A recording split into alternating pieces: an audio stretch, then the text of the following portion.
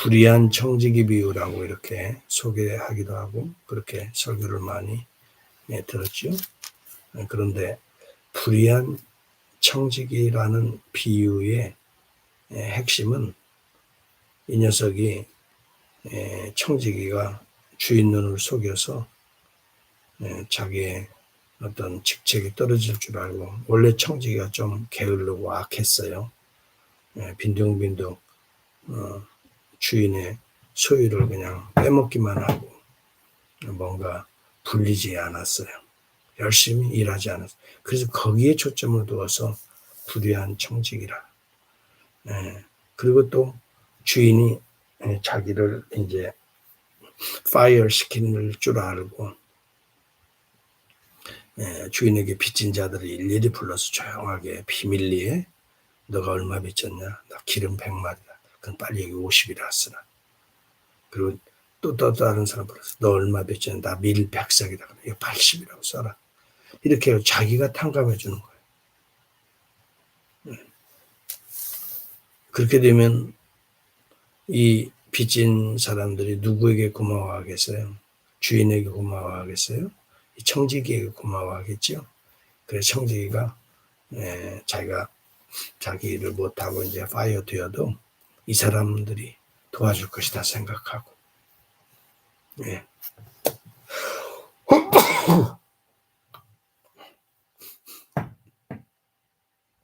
그렇게 주인에게 빚진 주인의 물건을 가지고 마치 자기가 뭐 큰 선심이나 쓰는 것처럼 이렇게 행동한, 그러니까 이 일 자체는 두 가지 면을 지금 볼 수 있어요. 하나는 아까 말한 대로 좀 악한 모습이죠. 아니 주인의 것을 갖다 자기 것인 것처럼 평생 놀고 먹은 것도 문제인데 빚진 자들의 문서까지도 유조시키잖아요. 사문서 유조라고 이거. 오늘날 그 법정에 가면 이거 이 청지기가 상당히 크게 감옥에 갈 일이지요. 이런 관점에서 보면 불의한 청지기 비유가 맞아요. 그런데 이건 비유라는 걸 여러분 염두에 둬야 돼요. 실제가 아니에요. 이 비유를 어떤 부자에게 청지기가 있다고 하는 이 비유를 주님이 지금 들고 있는 거예요.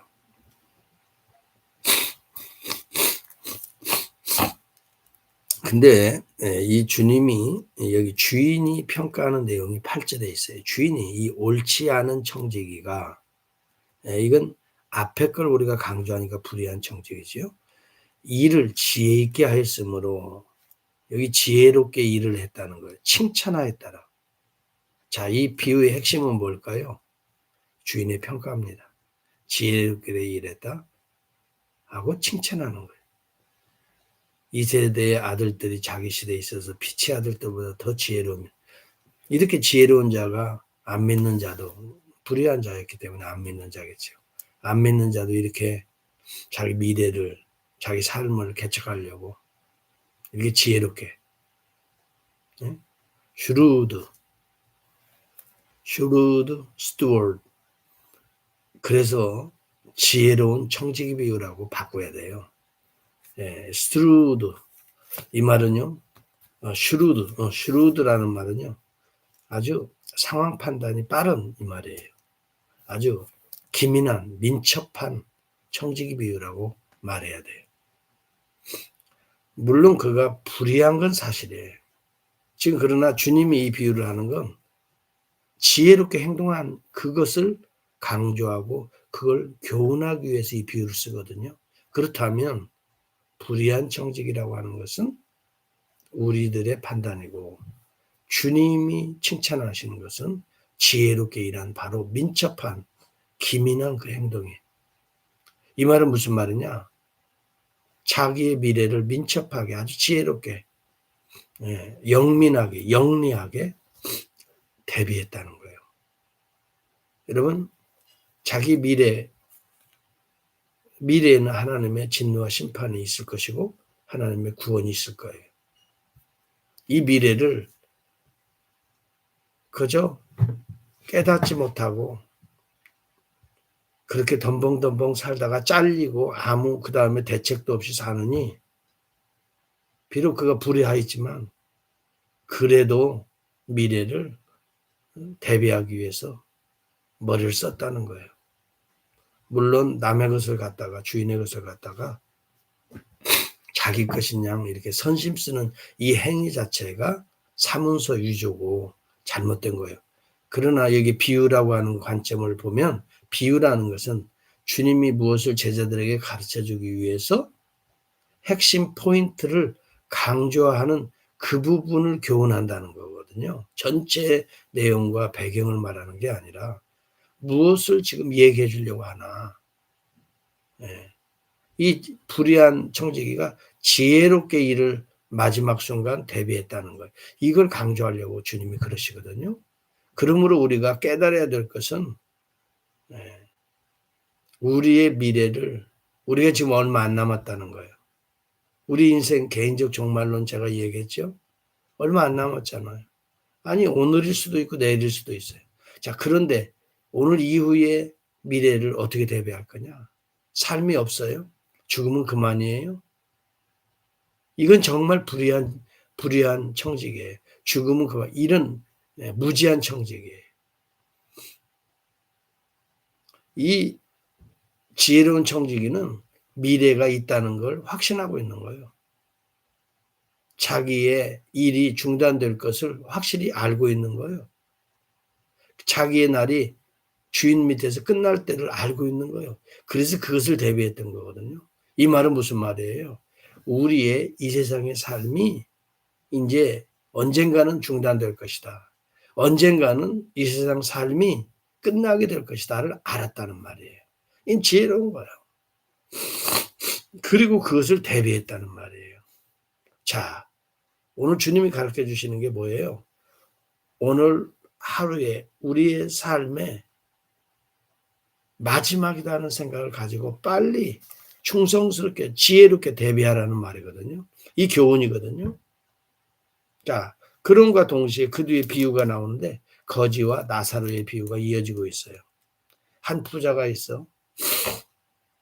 그냥 먹고 마시고 호화롭게 좋은 배옷 입고 자색 옷 입고 호화롭게 오늘날로 말하면 그냥 벤슬번가한 옷도 입고 그냥 좋은 차도 타고 좋은 집에서 화려하게 잔치하고 맨날 파리하고 파티하고 그렇게 먹고 마시고 즐기는. 그런데 거지는요 그냥 주인의 상에서 떨어지는 그 부스러기 잔치하다가 버려지는 그런 것 먹는 그러한 이름도 나오는데 나사로. 그래서 어느 분들은 이것은 비유가 아니라 실제다. 실제다 이렇게 말하는 분도 있고 여하튼 실제든 비유든 간에 중요한 것은 뭐냐면 왜 주님이 이 말씀을 하시는가 아니면 왜 이 사건이 이 누가복음 한복판에 불의한 청지기 아니면 지혜로운 청지기의 뒤에 기록되어졌는가 이걸 알아야 돼요. 미래를 대비했어요. 거지 나사로는. 그래서 믿음을 대비했어요. 그래서 천국에 간 거예요. 아브라함 품에 간 거예요. 죽고 나서 모두가 다 죽음의 앞에 직면. 그러나 부자는 어떻게 돼요? 미래를 예측하지 못했어요. 대비하지 못했어요. 그래 먹고 마시고 오늘날 그러면서 교훈이 뭐라고 말하냐면 두 주인을 섬길 수 없다 이렇게 주님이 말씀하셔요. 믿음을 가졌다면 돈을 사랑할 수 없다는 거죠. 믿음은 우리 주 예수 그리스도에 대한 믿음이요 하나님에 대한 믿음이죠. 그렇다면 주님을 사랑하고 하나님을 사랑하는 이렇게 돈을 사랑하고 먹고 마시는 걸 사랑하고 이렇게 할 수는 없다는 거예요. 자, 오늘 우리의 전체적인 오늘 16장의 핵심적인 교훈은 뭐냐? 지혜로운 청지기가 되라는 거예요. 미래를 대비하고 그 미래는 뭐예요? 우리의 영생을 대비하라는 말. 이 전체적인 걸 연결해 보면 영생을 대비했던 나사로, 비록 이 땅에서는 천박하게 살았지만 믿음을 통해서 그리스도의 이름으로 어디로 가요? 천국에 가는 영원한 하나님의 품에 들어가는 삶을 살게 되는 거예요. 여러분, 천국과 지옥은 구렁텅이가 서로 세퍼레이트 되어 있는 거예요. 물론 영혼이기 때문에, 영혼이 거주하는 곳이기 때문에 인식은 할 수 있겠죠. 보는 것과 같이. 그러나 여기 천국의 어떤 내용이 무엇인가를 소개하는 장면이 아니에요. 이 장면은 앞과 뒤 컨텍스트, 맥락을 보면은 미래를 그래도 거지였지만 대비했던 나사로, 그래서 아버지의 품에서 영생을 즐기는 그 모습, 어느 분은 또 이 내용을 가지고 그냥 내가 본 천국 해가지고 그냥, 여러분, 여기 핵심은 천국은 어떻게 생기고 지옥은 어떻게 생겼다, 이걸 가르쳐 주려고 하는 핵심이 아니에요. 여기 포인트는 전반의 컨텍스트하고 연결해서 우리가 이해해 본다면 미래를 대비한 자, 영생을 누리는 자의 삶을 지금 이렇게 결론적으로 보여주고 있는 거예요.